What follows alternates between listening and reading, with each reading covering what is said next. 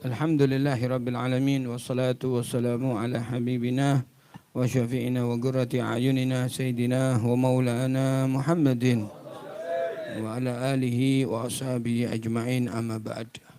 Yang saya muliakan Al-Habib Abdullah bin Abdurrahman Al-Habsyi, yang saya muliakan Al-Habib Zain Az-Zahir, yang saya muliakan Al-Habib Mahdi Ibn Syekh Abu Bakar bin Salim, yang saya muliakan Al-Habib Abdul Qadir Al-Habib Abu Bakar Barakawan, yang saya muliakan Abil Jamil Al-Habsyi, dan para habaib yang lainnya. Mudah-mudahan para habaib ini senantiasa dimuliakan, dirahmati, diberkahi oleh Allah Subhanahu wa taala. Selamat dunia, selamat akhirah. Amin ya rabbal alamin. Yang saya muliakan Al-Ustadz Abdul Syakur, dan yang saya muliakan para ustadz-ustadz yang lainnya. Mudah-mudahan semuanya dirahmati, diberkahi oleh Allah Subhanahu wa taala. Amin ya rabbal alamin.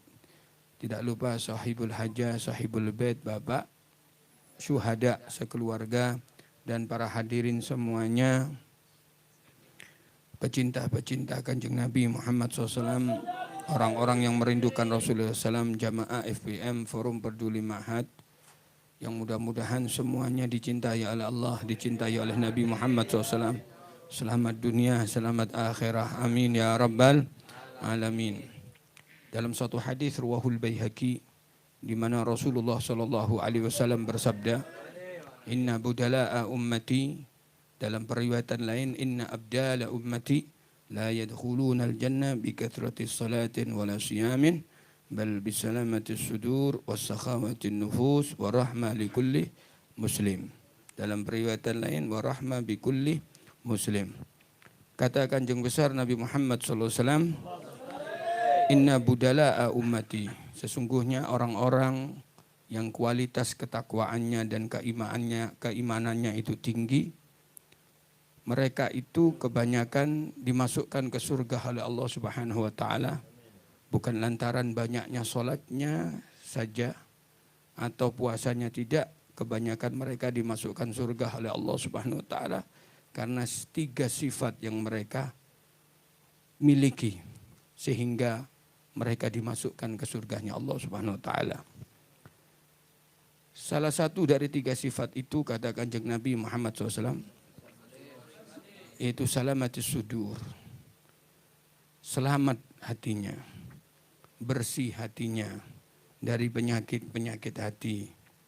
Maka orang-orang yang bersih hatinya dari hasud, dengki, riya, sombong, dan yang lainnya di dalam hatinya, maka orang yang semacam inilah yang kebanyakan oleh Allah Subhanahu wa taala dimasukkan ke surga karena bersih hatinya. Karena dia dicintai oleh Allah, dicintai oleh Nabi Muhammad SAW. Sehingga kalau kita membuka satu kitab namanya Anisul Mu'minin yang dikarang oleh Syekh Sofuk Sa'adullah Al-Mukhtar, di halaman 41 itu disebutkan bahwasannya ketika Kanjeng besar Nabi Muhammad SAW setelah melakukan salat asar, maka beliau duduk bersama para sahabat-sahabatnya, dan Rasulullah memberikan wejangan kepada para sahabatnya. Di tengah-tengah beliau memberikan nasihat kepada sahabatnya, tiba-tiba Rasulullah mengatakan, sayutillu alaina min hadhil jilha rajulun min ahlil jannah. Kata Kanjeng besar Nabi Muhammad SAW, sayatillu alaina, akan muncul di hadapan kita,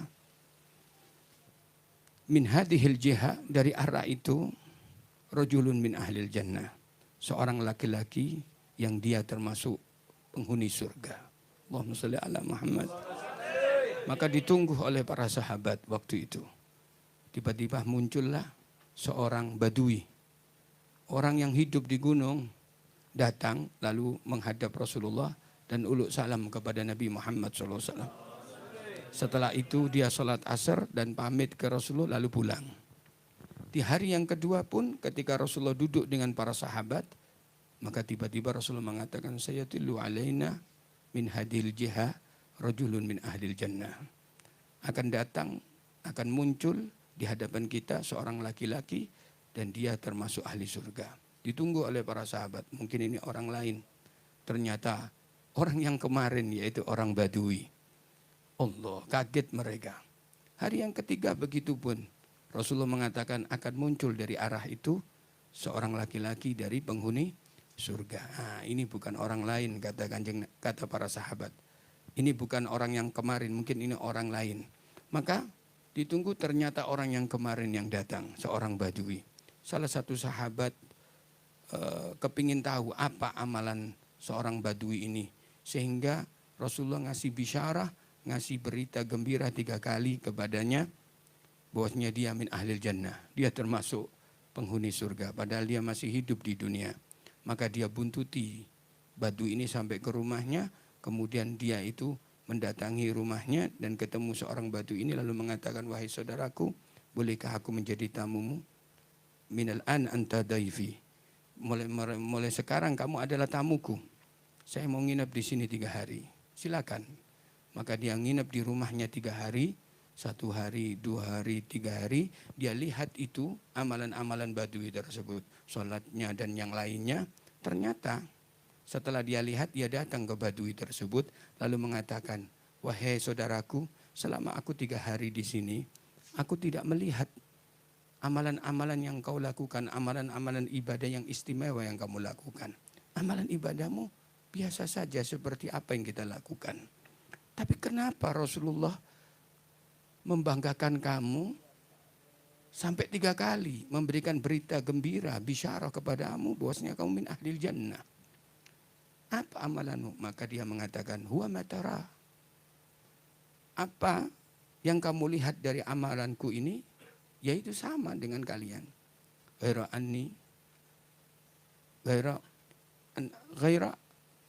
anni fi qalbi ghaira anni la ajidu fi qalbi hikdan wala hasadan ala khairin a'tallahu subhanahu wa ta'ala li ahadin.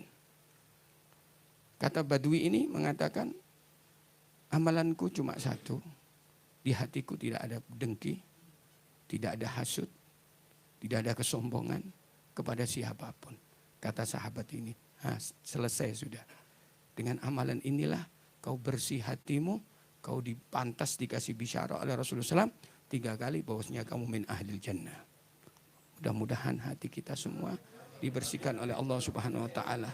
Hati kula, hati panjenengan mudah-mudahan dibersihkan dari penyakit-penyakit hati.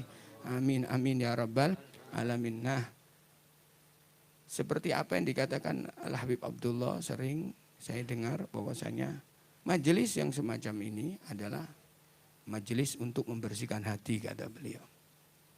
Apalagi kalau panjenengan menghadiri majelis ini sampai 40 malam lebih. Sampai 40 atau 50? Lebih insya Allah ya. 40 lebih. Maka kata beliau, kata Habib Abdullah, maka majelis yang semacam ini bisa membersihkan hati, kata beliau. Memang benar, majelis yang semacam ini adalah majelis yang dimana ketika hadir kita 1 kali aja hadir, apalagi setiap malam kita selalu bersolawat, mengirimkan salam kepada Nabi Muhammad SAW. Maka itu akan membersihkan hati kita sehingga hati kita akan timbul suatu cinta kepada Nabi Muhammad SAW. Timbul suatu rindu kepada Rasulullah SAW. Dan itu bisa dilihat dari tetesan air mata, dari 2 sudut mata orang yang merindukan Nabi Muhammad SAW.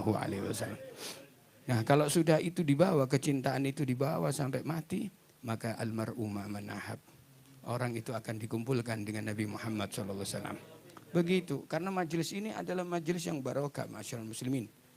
Di mana di dalam kitab Syarhu Ratib al-Haddad yang digarang oleh Al-Habib Alwi bin Ahmad bin Hasan ibn Abdullah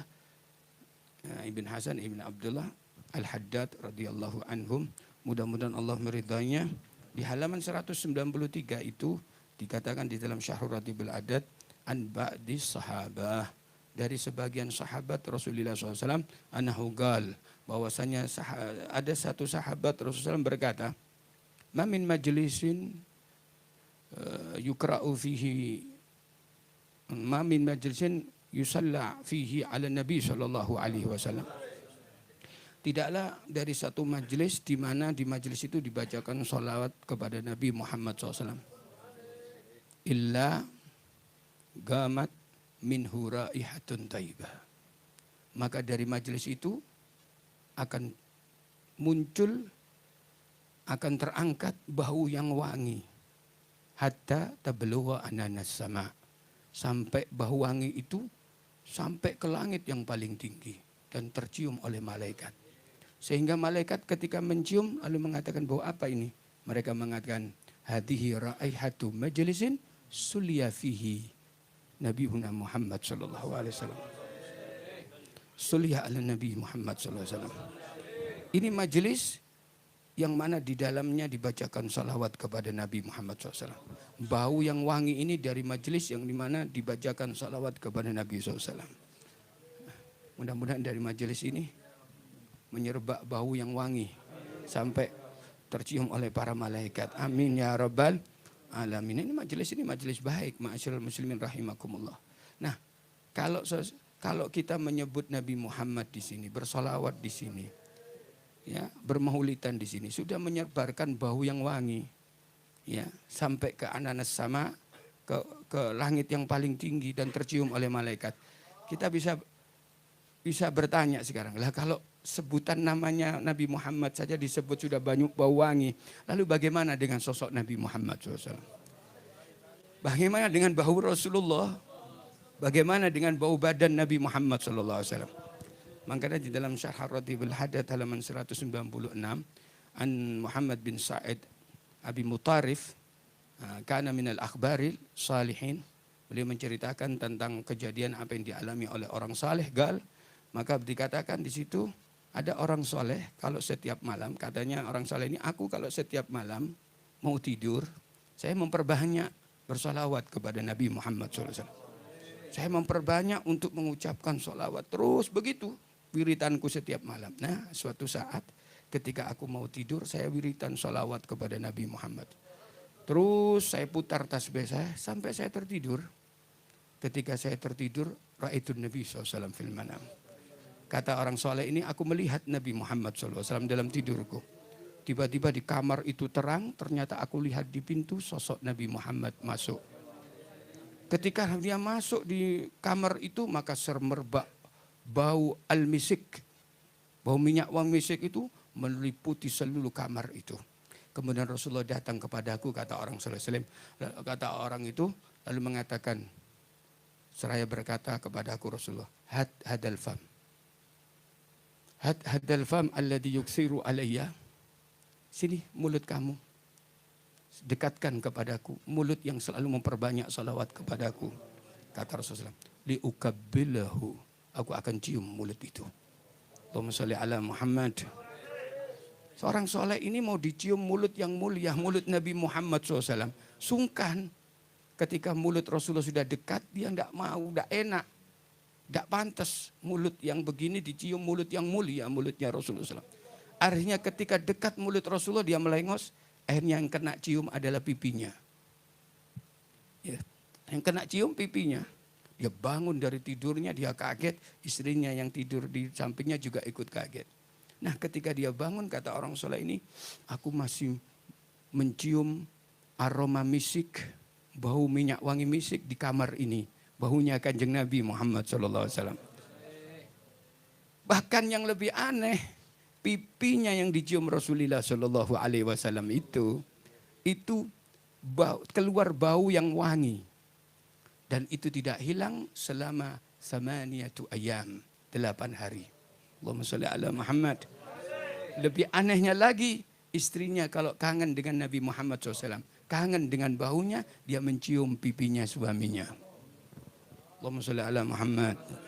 Sallallahu alaihi wasallam Muhammad. Nah, ini ma'asyiral muslimin, sosok Nabi Muhammad SAW. Ya.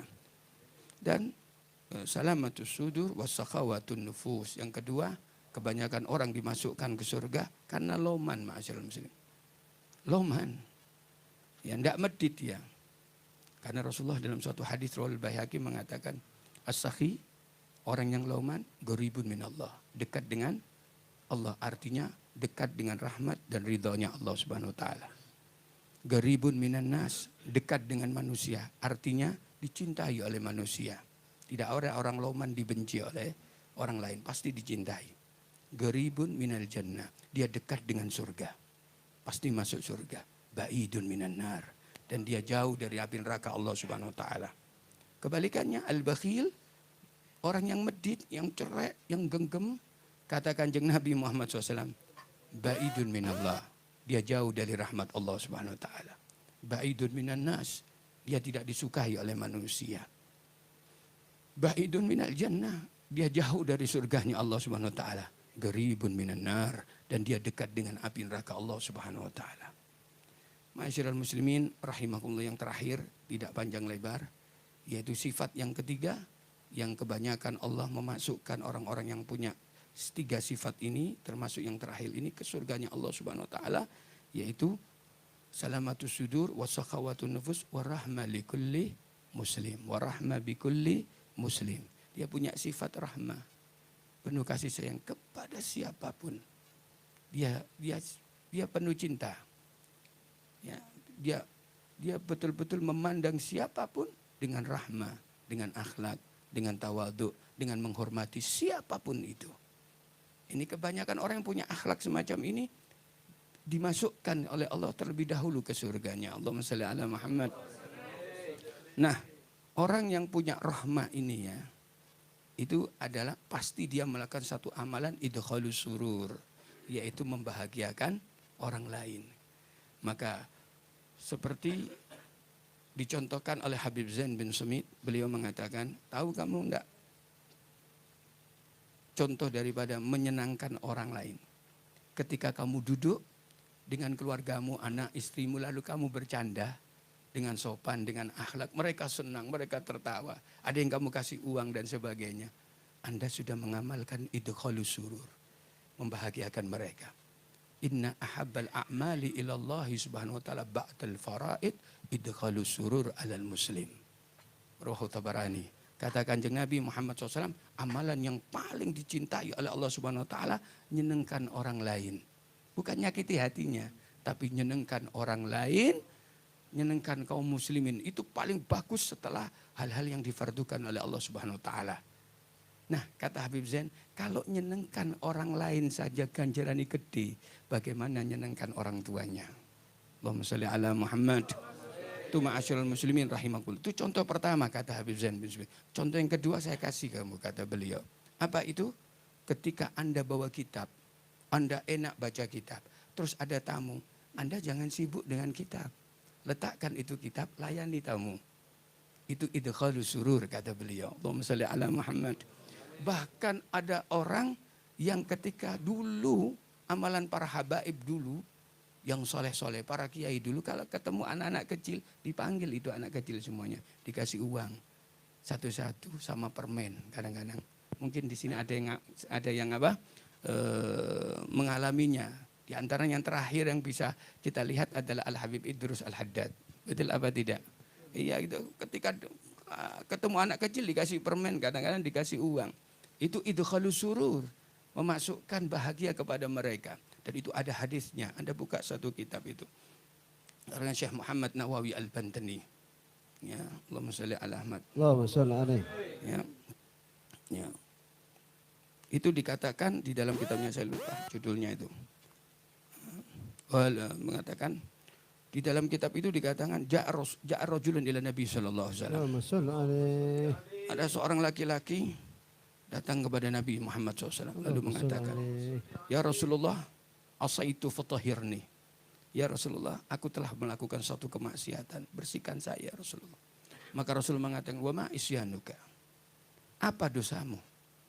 Maka dia mengatakan, astahyi an aqul ya Rasulullah, aku malu untuk menceritakan dosaku. Ketika dia mengatakan begitu, Rasulullah merah mukanya lalu mengatakan, atastahi minni an tukhbiruni an dhanbika wa la tastahi minallah wa huwa yarak. Kata Rasulullah SAW, kau malu mengabarkan dosamu kepadaku, sedangkan kamu tidak malu sama sekali berbuat dosa kepada Allah Subhanahu wa taala, sedangkan Allah memantaumu waktu berbuat dosa. Ngamuk kata Nabi Muhammad SAW itu. Nah, ini dalam kitab Qawmi Ut-Tughyan halaman 26. Maka Rasul mengatakan, gum, Berdiri kamu. Fakhruj min indi. Nyingkrio. Hatta la tanzilan naru alaina. Jangan sampai Allah menurunkan api di sini. Maka diusir oleh Kanjeng Nabi Muhammad SAW. Siapa yang enggak sedih kalau diusir Rasulullah SAW? Maka apa yang terjadi ma'asyiral muslimin rahimakumullah? Kharaja hadar rajul, keluar laki-laki ini bagian dalam keadaan nangis, khaiban dalam keadaan menyesal, aisan dalam keadaan putus asa. Menangis, diusir Kanjeng Nabi Muhammad SAW. Dalam keadaan itu datang Jibril, turun Jibril alaihissalam lalu mengatakan kepada Rasulullah, ya Rasulullah, lima ayat tal-asi. Kenapa kamu bikin menyesal orang maksiat? Walahu kafaratun lidunubihi wa in kanat katsira. Dia punya penebus dosa walaupun dosanya banyak. Kaget Kanjeng Nabi lalu mengatakan, wa ma kafaratuhu ya Jibril. Apa penebus dosanya? Ya Rasulullah, dia kalau pulang ke rumahnya dikerubung anak-anak kecil. Lalu sama dia diberi uang, diberi makanan. Itu setiap hari ya Rasulullah. Itu kafarahnya. Itu adalah penghapus dari dosa yang pernah dia lakukan. Allahumma sholli ala Muhammad. Mudah-mudahan apa yang kita sampaikan, saya sampaikan ini adalah bisa saya amalkan dan kita amalkan. Mudah-mudahan kita dirahmati, diberkahi oleh Allah, dicintai oleh Allah, dicintai oleh Nabi Muhammad sallallahu alaihi wasallam. Amin ya rabbal alamin. Wal afu minkum. Wassalamualaikum warahmatullahi wabarakatuh.